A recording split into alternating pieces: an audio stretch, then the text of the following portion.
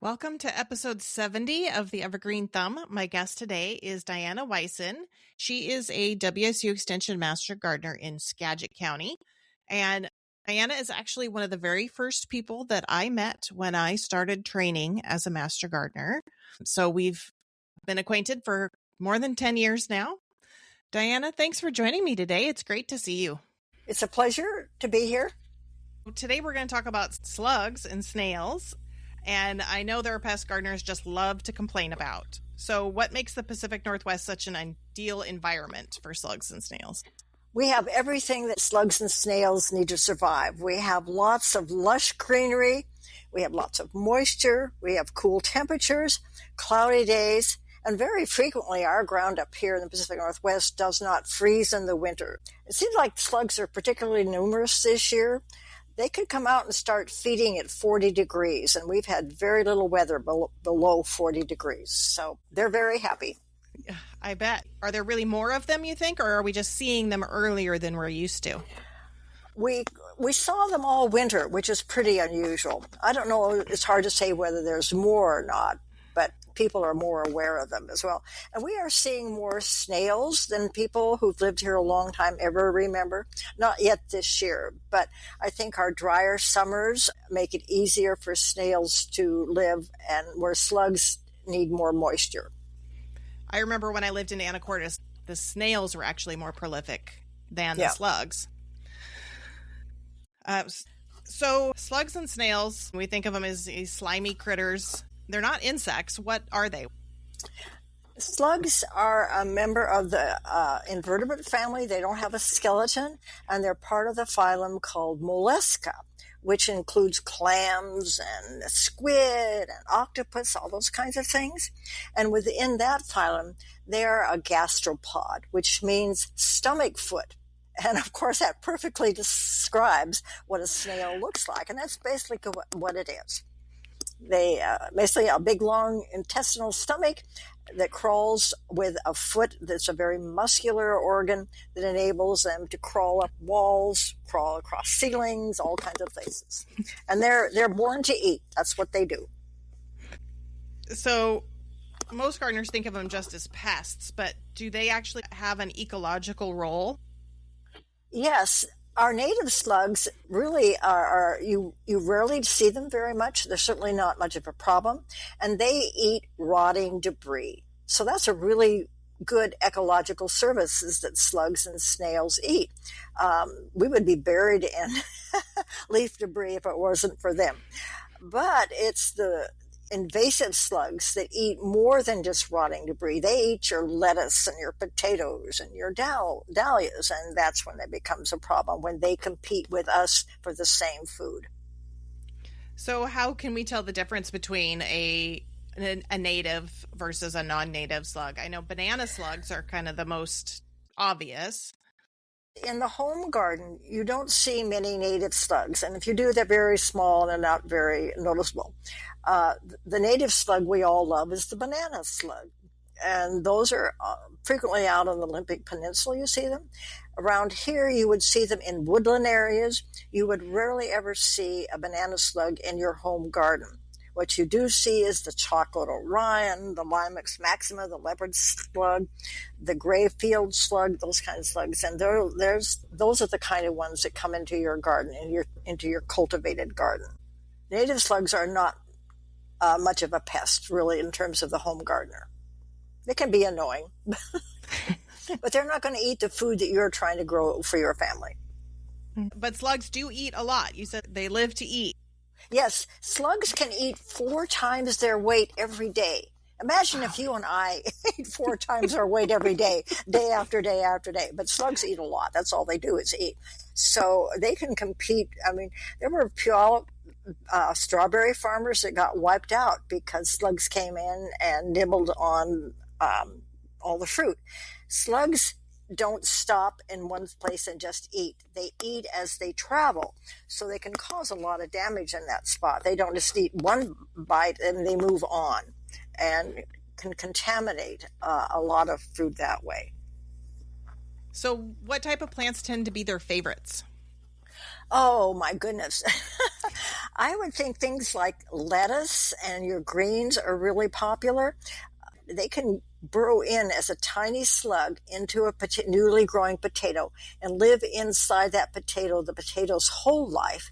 And you open up the potato and there's this full-size slug. Art Antonelli once showed us a picture of a slug that he cooked the potato, opened it up, and here was the slug inside. So they love potatoes.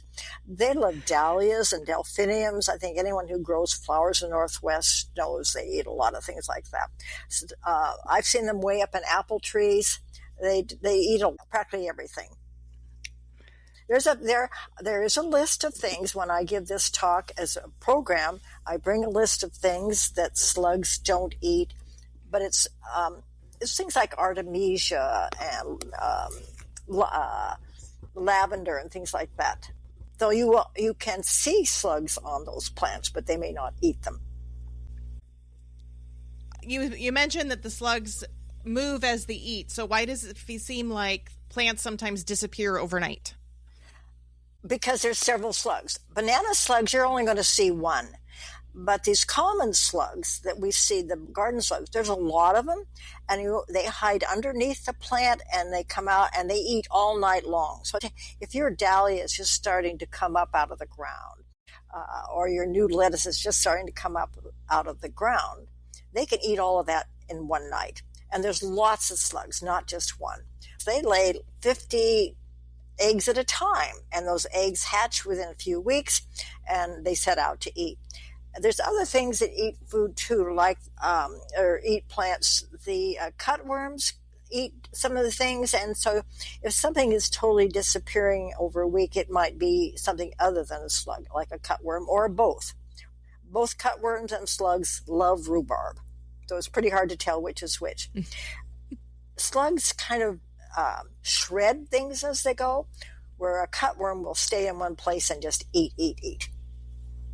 So how do slugs actually feed? I understand they have lots of teeth. Slugs have what's called a radula, which is a set of 27,000 teeth. Wow. And they shred things as they go along.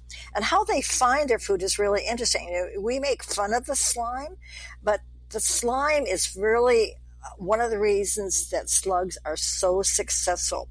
They have those little tentacles, and they can't see other than light and dark with the tentacles. But the tentacles also have a really strong sense of smell, and their slime is like their messenger. They tell each other they can smell there's good food ahead, or there's a possible mate ahead of us, there's danger ahead of us. So the slime is how they can sense was good things to eat or other good things, or a warning system. The slime also protects slugs, because you can see slugs going across the driveway or gravel or things like that. They will produce extra sturdy mucus that will protect the slug. So I had a picture of a slug climbing over a razor blade. So things like eggshells, diatomaceous earth, those things really don't prevent slugs from eating your plants if they can smell good food ahead. And slugs hide during the day, and on dry days they will hide. They can go down as much as 2 feet to protect themselves. But during the day, they're underneath boards, bricks, deep down in the soil. Then it gets cool at night, and out they come. It's been reported that only about 5% of the slugs around are on the soil at any one time. So even if you do a clean sweep of your garden one night, they're going to be more the next day and the next day and the next day. So it's an ongoing process. You're never going to eliminate all your slugs and snails. You just try to get them into a manageable amount. Right. So how far can a slug travel in search of food? I guess they have records of slugs going 40 feet in a night or more, up over a wall and back down. It's life in the very, very slow lane, but it's very successful. You don't have to move fast to find food if you're a slug. How do slugs reproduce? What does their life cycle look like? This is quite fascinating to people who have no idea. Slugs have a very active reproductive life. Slugs are hermaphroditic, means they have both male and female organs, and they can reproduce several times in a lifetime. Some slugs only live a year. They can live up to 6 years. The average non-native slug probably lives 2 to 3 years. And they can mate and lay eggs several times a year. Both the male and the female can lay eggs because they both have both kinds of organs. They can lay anywhere from 50 eggs, sometimes as many as 500 eggs in a season. Imagine if you and I had 500 babies in a year. So slugs are very successful because they have discovered how to survive, and having lots of eggs is one of the ways. And the eggs are laid in damp soil, often an inch down, but sometimes just under a brick or a board. The eggs look like tiny little pearls. Sometimes they're clear, sometimes they're kind of creamy, and sometimes they're the color of skim milk, about the size of a pinhead. Some of them hatch within 3 weeks, some of them overwinter. If you have a plant like a chrysanthemum plant out in your patio that you didn't ever really put in the ground, if you pull it out of the container right now, I bet you'll see little tiny clear pearls on the side of the container. Those are slug eggs. Slugs rate 0 as a parent. They lay the eggs and they go away. That's the end of that. But the slug is able to grow and hatch and take care of itself right away. Are there any precautions that gardeners should take when handling slugs? Yes. Most people don't want to handle slugs, so that's pretty good in the first place. But after a while, sometimes you get used to touching them. And then I realized one shouldn't, because slugs can carry parasites. They can carry bacteria, particularly salmonella. So you should not touch slugs with your bare hands. Always wear gloves. If you do touch slugs and you get the slime on your hands, slime is an amazing thing. It actually absorbs moisture. So if you would try and wash your hands, you get more slime. You're increasing it. So you rub your hands with a dry paper towel or dirt or something like that to get the slime off your hands. And then you can wash them and wash them really carefully to disinfect them. Can we talk about slug management? Yeah. Okay. Yeah, that's what people want to learn is how do I get rid of them? And you're never going to get rid of all, and we don't need to eradicate. They have their space and their place in the web of life. But one of the first steps would be simply to think about their lifestyle. When are they the most vulnerable? Like most anything, it's when they're very young, when they're very tiny. So the first thing you do is try and smash those slug eggs, and that's considered a mechanical way you're smashing them. Or maybe birds can eat them. That birds eating them would be a biological control. Something eats the pest. And however, not many things like slugs. Snakes, toads, frogs, and some birds will eat slug eggs and tiny slugs. People say, oh, birds will eat them. Well, birds do not like big slugs. None of us would. They would gag on the mucus. I always get someone always in the audience always says, well, geese and ducks will eat slugs. And yes, that's true. But the poultry solution is not for everyone. If you ever had a duck or a goose in your yard, I'll take the slugs over the mess that geese and ducks could cause in a yard. So biological means that some predator eats the slug. Cultural means that you keep the area drier, because slugs need moisture, so keep things dry. Remove things that they can hide under, like bricks. Plant things that slugs don't eat. There are things they don't eat. So those are considered cultural ways. Mechanical ways are very effective, and that's like taking out a pair of scissors or a knife and slicing them in half. That's a dead slug. Going out at night with a flashlight when they're out and just going through your garden and getting rid of every slug you can find. Some people like to cut them in half. Some people throw them into a bucket of soapy water. Those are mechanical. Barriers, like putting a copper strip around your raised bed so their antennae hit the copper, touch the copper strip, and they get a little shock, and so they avoid it and they back off. So that's considered a mechanical barrier. Keeping your pots up off the ground so they can't get to them. Um, they can smell that greenery up there, so they're going to try and get to your pots. They can climb long distances. Just because you have a big livestock tank with your container garden doesn't mean that the slugs can't get up and get into your vegetables. So the copper strip is very effective, and it will last for several years, even when it turned green. Or you can take 2-liter bottles and cover your plants. Make sure for ventilation to kind of protect them. Ways to protect plants: coffee grounds, diatomaceous earth, egg shells, gravel, don't work very well. A really wide area of dry ground, like 6 feet all around your garden of dry ground, can help prevent slugs. And then if you have a meadow or a large area, keep it mowed pretty low. That prevents more slugs from hiding there. It's to create conditions that slugs don't want. The chemical methods are what people tend to turn to when all else fails. There's a lot of slug products out there right now. In the old days, we used to use Corey's methaldehyde, and that is no longer available because it was poisonous to livestock and children and birds and things like that. It's not available anymore. The iron phosphate products are very common now. They are safe to use. I remember once at the Northwest Flower and Garden Show, a woman stood there and ate it all day long. I certainly don't recommend that. But it's iron phosphate, and it is safe to use around children and pets. The most common one is Sluggo, which is becoming almost a generic term for all of them. There are many brands out there, but it's iron phosphate. And the way it works is the slug is attracted to it and eats it, and it affects the slug's gut, and the slug stops eating and goes away to die.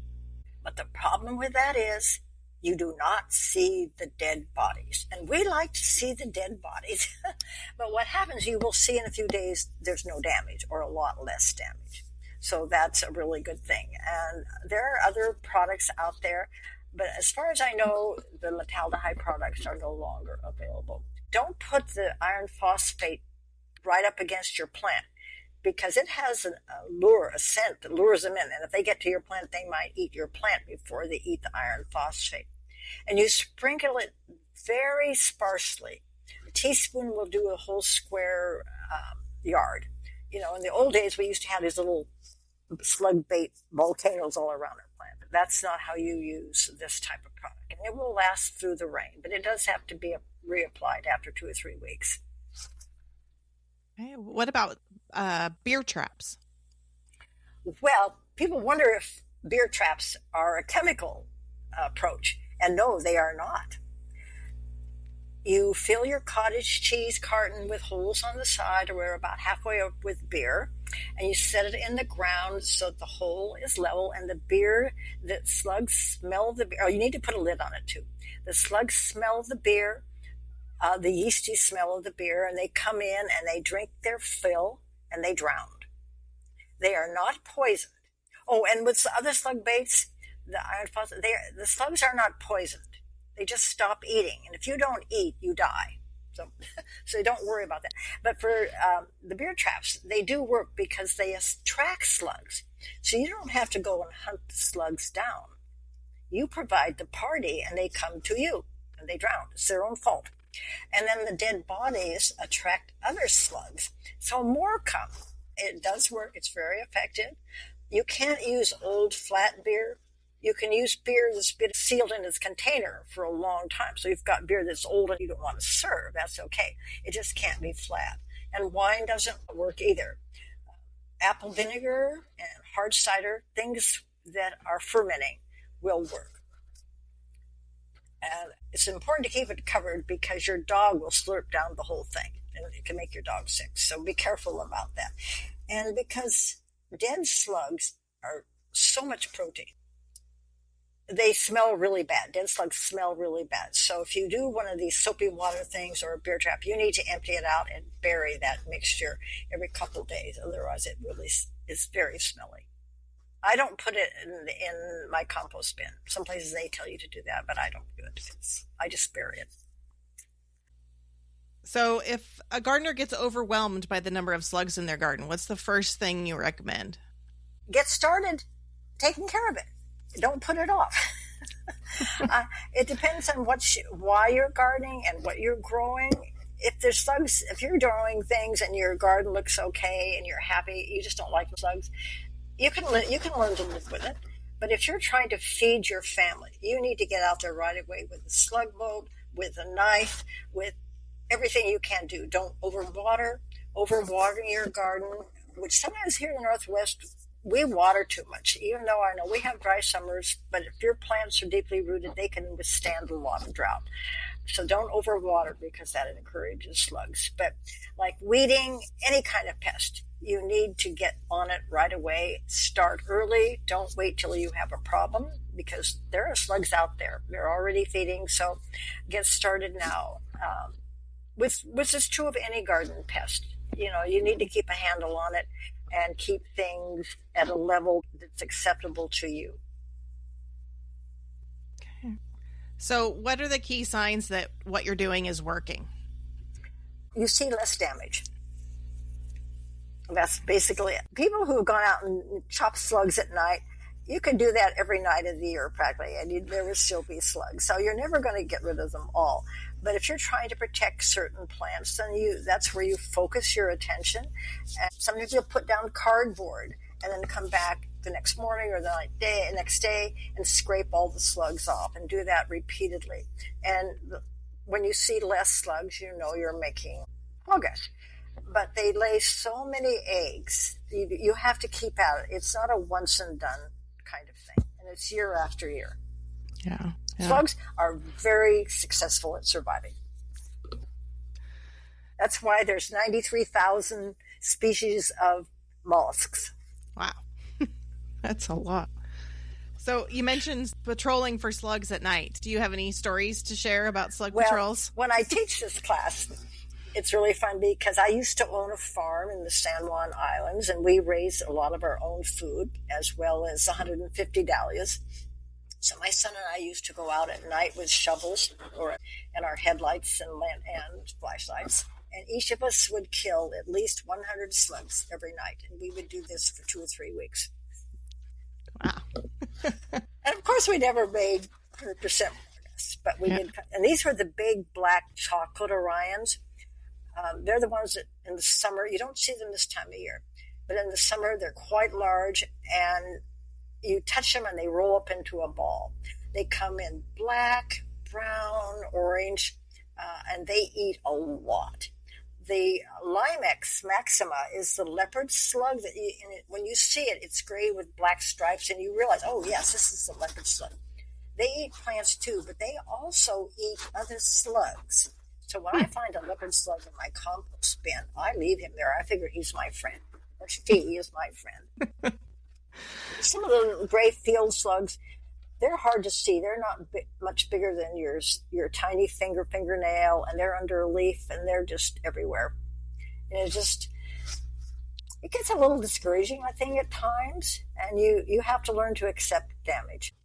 Well, and that's kind of part of what we teach is integrated pest management is a level of acceptance or tolerance before you manage. Yes, exactly. All right. So do you have any final thoughts about slugs or snails that you'd like to add? Well, in reading David Gordon's book, I think there's some good thinking about life in the slow lane. Slugs and snails and gastropods have survived for millions of years, longer than us, because of life in the slow lane. They have adapted to that, and success does not always come to the fastest. Slow and sure. I think in reading about slugs, that's a positive thing that they can teach us. And I think it's it's a good thing to think about. Life can be very successful in a slower lane. All right. Well, thank you so much for being here today. This was great information. Well, it was fun to share with you, Erin. Thank you.